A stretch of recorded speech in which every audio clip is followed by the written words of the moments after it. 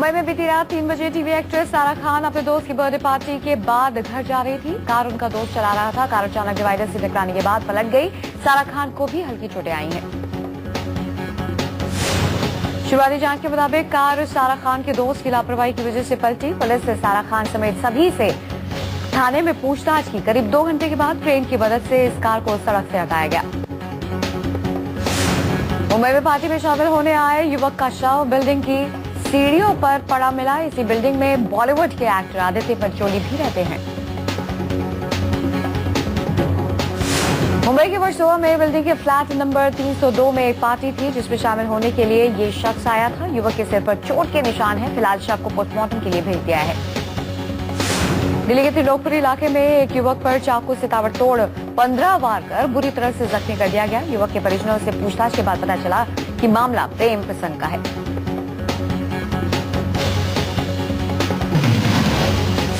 पाकिस्तान ने भारत के most wanted आतंकवादियों में शामिल दाऊद इब्राहिम की मौजूदगी को पहली बार कबूल किया। पाकिस्तान के प्रधानमंत्री नवाज शरीफ के विशेष दूत शहरयार खान ने मीडिया को ये जानकारी दी। नवाज शरीफ के मुताबिक दूत शहरयार खान ने कहा, दाऊद पाकिस्तान में था लेकिन मेरा मानना यह है कि उसे पाकिस्तान से बाहर खदेड़ दिया गया है। अगर वो पाकिस्तान में है तो उसे ढूंढ कर गिरफ्तार कर लिया जाए। नवाज शरीफ के विशेष दूत शहरयार खान के संकेत दिया है कि माफिया सरगना दाऊद इब्राहिम संयुक्त अरब अमीरात यानी दुबई में हो सकता है। भारत से संबंध बेहतर बनाने के लिए पाकिस्तान के प्रधानमंत्री नवाज शरीफ के विशेष दूत ने कहा कि हम इस तरह के गैंगस्टर्स को अपने देश से गतिविधियां चलाने नहीं दे सकते। 5 जवानों की हत्या के बाद अचानक पाकिस्तान की तरफ से आए इस बयान को दोनों देशों के बीच संबंध सामान्य करने की कोशिशों के रूप में देखा जा रहा है। हालांकि डिफेंस एक्सपर्ट्स के मुताबिक फिलहाल किसी भी सूरत में पाकिस्तान से बातचीत नहीं होनी चाहिए।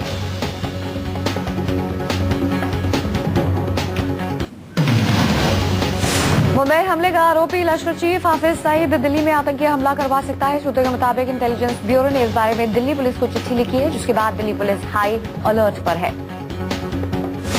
आईबी चिट्ठी में लिखा है कि हाफिज सईद ने लश्कर के आतंकियों से जल्द दिल्ली में आतंकी हमले को अंजाम देने के आदेश दिए हैं। सूत्रों के मुताबिक हाफिज सईद ने अपने गुर्गों को लाल किले जैसा हमला करने को कहा है।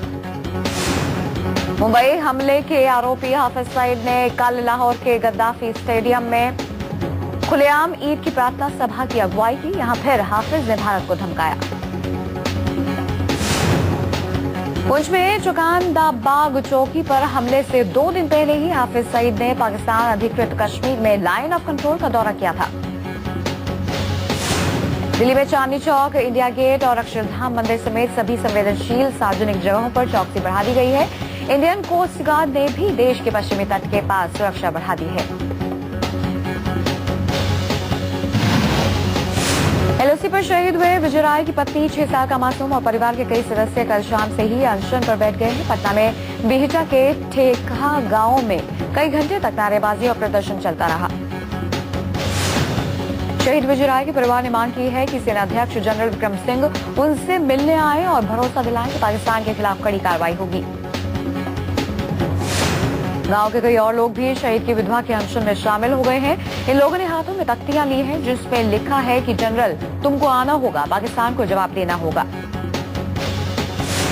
छपरा में शहीद के गांव वालों ने गुस्से से आग बबूला होकर नीतीश सरकार में विज्ञान और प्रौद्योगिकी मंत्री गौतम सिंह को बंधक बना लिया है। गांव वालों ने कहा कि जब तक मुख्यमंत्री जी न आए जाने नहीं देंगे। 3 दिन बाद चेहरा दिखाने वाले मंत्री को गांव वालों ने जमकर खरी खोटी सुनाई। शहीद प्रेमनाथ के गांव वाले इतने गुस्से में थे कि साफ कह दिया कि जो भी सुविधा देना है अभी दो, कोई भी झूठा वादा बर्दाश्त नहीं करेंगे।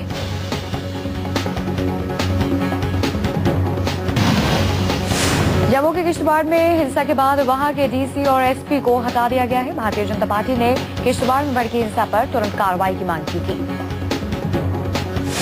जम्मू के किश्तवाड़ में कल करीब 500 गांव वालों ने नारेबाजी की, जिसके बाद हिंसा भड़क उठी। हिंसा में एक शख्स की मौत हो गई और कम से कम 24 घायल हुए। भारतीय जनता पार्टी के अध्यक्ष राजनाथ सिंह ने प्रधानमंत्री मनमोहन सिंह से हुई बातचीत के दौरान जम्मू क्षेत्र के किश्तवाड़ कस्बे में भड़के सांप्रदायिक दंगे का मुद्दा उठाया। प्रधानमंत्री ने दंगे पर जल्द काबू पाने का आश्वासन दिया। किश्तवाड़ में हिंसा के बाद भारतीय जनता पार्टी की नेता सुषमा स्वराज ने राज्य के मुख्यमंत्री उमर अब्दुल्ला से तत्काल कार्रवाई करने का आग्रह किया। केंद्रीय गृह राज्य मंत्री आरपी इंस ने बताया कि जम्मू के किश्तवाड़ कस्बे में केंद्रीय अर्धसैनिक बल के जवान पहुंच चुके हैं।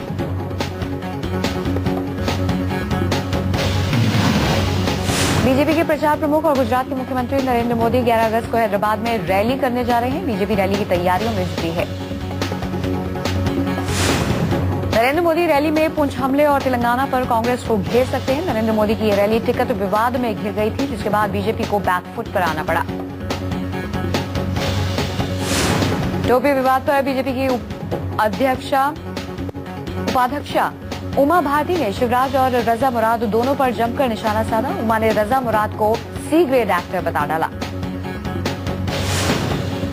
उमा भारती मध्य प्रदेश के मुख्यमंत्री शिवराज सिंह से भी नाराज दिखी। उमा ने कहा कि एक सी ग्रेड एक्टर शिवराज के सामने ही उन्हीं की पार्टी के नेता की आलोचना करता रहा और शिवराज सुनते रहे।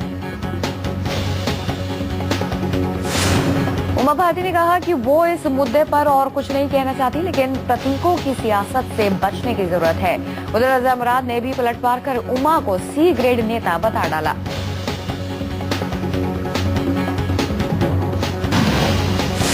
बीजेपी की स्वराज्य संकल्प यात्रा के दौरान पूर्व मुख्यमंत्री वसुंधरा राजे की गाड़ी पर हमला हो गया। दरअसल स्थानीय नेता दिनेश यादव और उनके समर्थक सुबह से ही वसुंधरा का इंतजार कर रहे थे, लेकिन जब वो मंच पर नहीं गए तो समर्थक उग्र हो गए। किशनगढ़ विधानसभा के पाटन में बारिश के बावजूद करीब 3000 लोग वसुंधरा राजे का इंतजार कर रहे थे। करीब 4 बजे वसुंधरा राजे का काफिला पाटन गांव पहुंचा, लेकिन बारिश के चलते वसुंधरा राजे ने मंच पर जाने से इंकार कर दिया। नारेबाजी और प्रदर्शन कर रहे समर्थकों ने वसुंधरा राजे की गाड़ी की हवा भी निकाल दी, जिससे उन्हें 1 घंटे तक रुका रहना पड़ा। मौके पर सुरक्षा के मद्देनजर तुरंत अतिरिक्त पुलिस बल बुलाया गया। चुनावी साल में दिल्ली सरकार कोई कमी नहीं छोड़ना चाहती है। सस्ते प्याज और टमाटर के लिए सरकार दिल्ली में स्टॉल लगाएगी। मदर डेयरी के बूथ में भी सस्ते प्याज और टमाटर उपलब्ध होंगे। दिल्ली सरकार की तरफ से लगाए गए इन स्टॉल्स पर सस्ते टमाटर 12 रुपए प्रति किलोग्राम और सस्ते प्याज की कीमत 32 से 35 रुपए प्रति किलोग्राम होगी।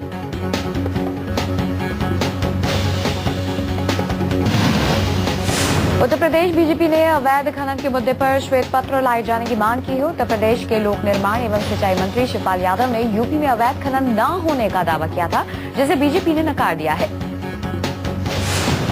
आईएएस अधिकारी दुर्गा शक्ति नागपाल के निलंबन विवाद को देखते हुए केंद्र नियमों में संशोधन पर विचार कर रहा है, ताकि किसी आईएएस अधिकारी का निलंबन या तबादला किसी राजनीतिक स्वार्थ के कारण न हो।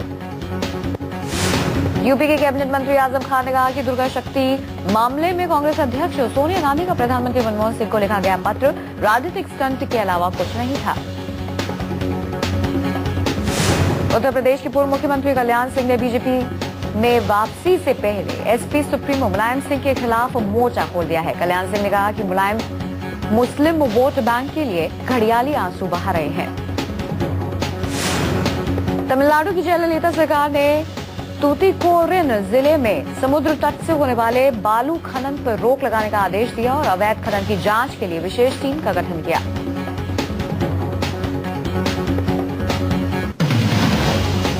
गृह मंत्री सुशील कुमार शिंदे को 3 दिन के अंदर अस्पताल से छुट्टी मिल सकती है। शिंदे की पुत्री एवं सोलापुर से कांग्रेस विधायक प्रणीति शिंदे ने बताया कि उनकी हालत पूरी तरह ठीक है।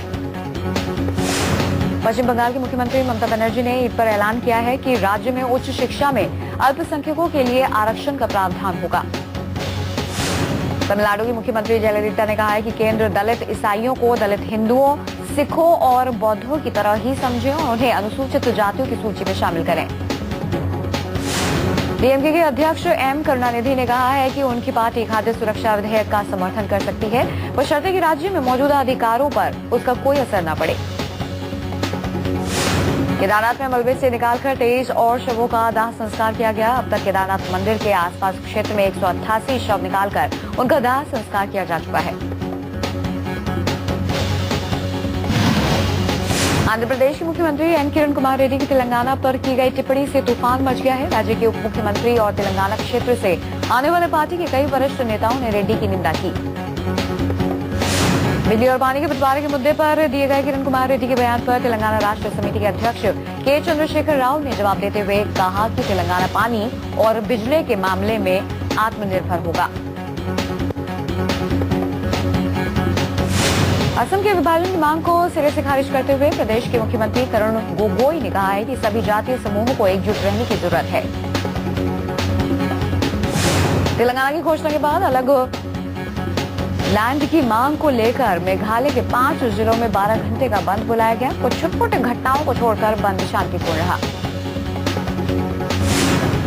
दार्जिलिंग में गोरखा जनमुक्ति मोर्चा के अनिश्चितकालीन बंद का आज 8वां दिन है। 3 टेलीविजन केबल चैनलों ने गोरखालैंड की मांग के समर्थन में प्रचार किया, जिसके बाद उन पर रोक लगा दी गई।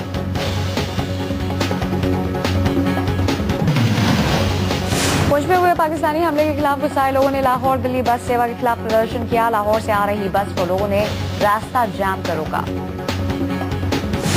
सुप्रीम कोर्ट के सख्त निर्देशों के बावजूद तेजाबी हमले नहीं रुक रहे हैं। पूर्वी दिल्ली के नंदनगरी में तेजाब के हमले में 21 साल की युवती की बांह जल गई। पुलिस के मुताबिक रात 8 बजे युवती जीटीबी एन्क्लेव में रहने वाले अपने किसी परिचित से मिलकर घर लौट रही थी। तभी रास्ते में बाइक से 2 लोगों ने उस पर तेजाब फेंक दिया। छत्तीसगढ़ के सुकमा जिले में नक्सलियों ने कुल्हाड़ी मारकर सरपंच की हत्या कर दी। आतंकियों की तरह नक्सली भी अब सरपंचों पर हमले की रणनीति बना रहे हैं। राजस्थान के करौली जिले में 200 फीट गहरे बोरवेल के में गिरे 9 साल के बच्चे को निकालने के लिए सेना बुलाई गई है। बच्चा बुधवार को अपने घर के नजदीक पतंग उड़ाते वक्त गिर गया और 50 फीट गहरे गड्ढे में फंसा हुआ है। शिरडी पुलिस ने 20 दिनों के अंदर 6 भिखारियों की हत्या करने वाले सीरियल साइको किलर को गिरफ्तार करने का दावा किया है।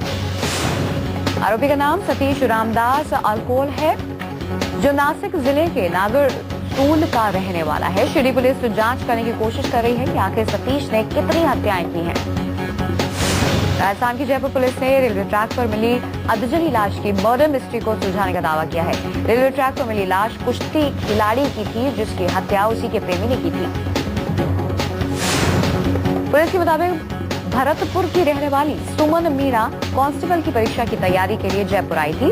बीए के स्टूडेंट विकास से उसके रिश्ते थे। विकास ने पीछा छुड़ाने के लिए सुमन की हत्या की। भुवनेश्वर में रेप पीड़ित लड़की की मौत के बाद बीजेपी कार्यकर्ताओं ने कैंडल मार्च निकाला और सरकार से इंसाफ की मांग की।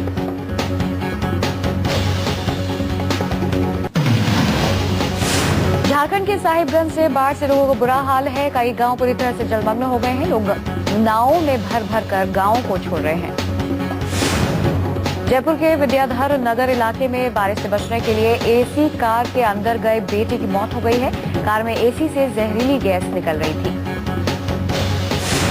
पिता पुत्र दोनों ही बारिश से बचने के लिए एसी कार के अंदर गए थे। जहरीली गैस कार के अंदर दोनों उसी गैस ने दोनों को बेहोश कर दिया। अस्पताल में भर्ती कराने के बाद बेटे निखिल ने दम तोड़ दिया। मास्टर ब्लास्टर सचिन तेंदुलकर ने महिला अधिकारों के लिए मुंबई में कविता पाठ किया है। तेंदुलकर ने मराठी में कविता पढ़कर महिला अधिकारों के प्रति पुरुषों को जागरूक करने की कोशिश की है। सचिन द्वारा पढ़ी गई ये कविता गीतकार और कवि जावेद अख्तर ने लिखी है। इसे मूल रूप से हिंदी में लिखा गया है और इसका तेलुगु, तमिल, पंजाबी और मराठी में अनुवाद भी किया गया है।